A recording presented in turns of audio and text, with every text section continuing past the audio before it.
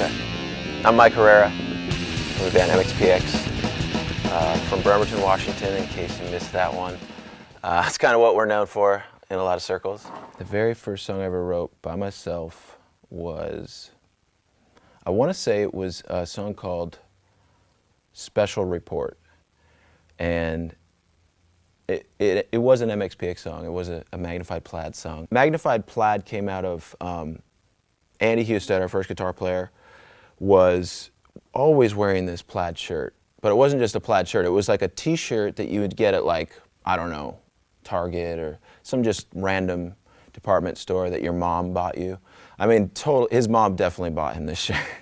And it was just very big plaid, like the lines were like this and they were kind of squiggly, so as if you were like looking at a magnifying glass and seeing really up close what the fibers kind of looked like in the shirt.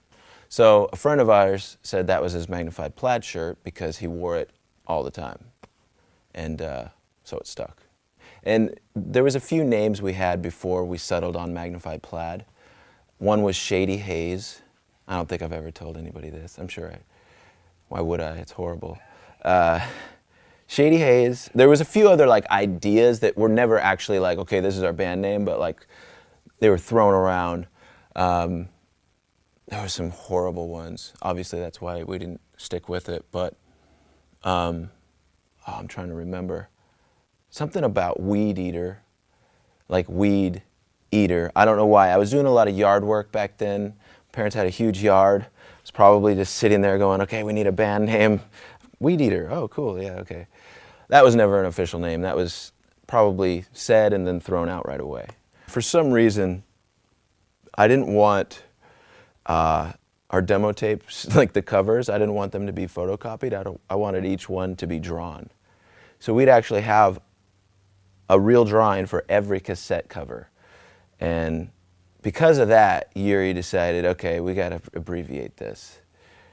MxPx, he made the X's real small, and hence MxPx came about. So everybody immediately latched onto that and just started calling us MxPx.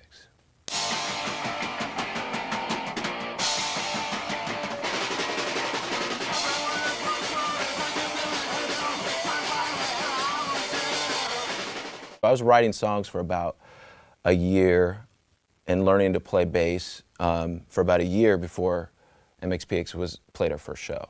The first show I ever played as a musician was Magnified Plaid in July 6th, was 1992. A week of practice, and then our first show, which was at my house in the backyard. And all our friends and family came, people from youth group, that kind of thing.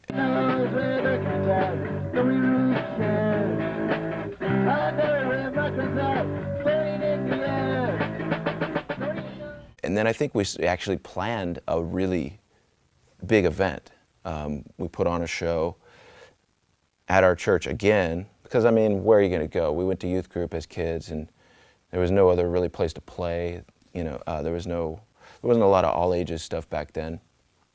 So we put out all these flyers, had friends from each high school put them out to all their friends, and literally there was probably like 800 people there.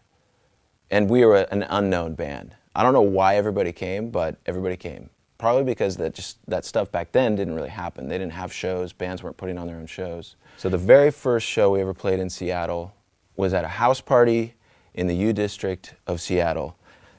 It's like a whole new world for us. The bands playing were Blenderhead, Don't Know, The Guilty, that's Damien Gerardo's old punk band.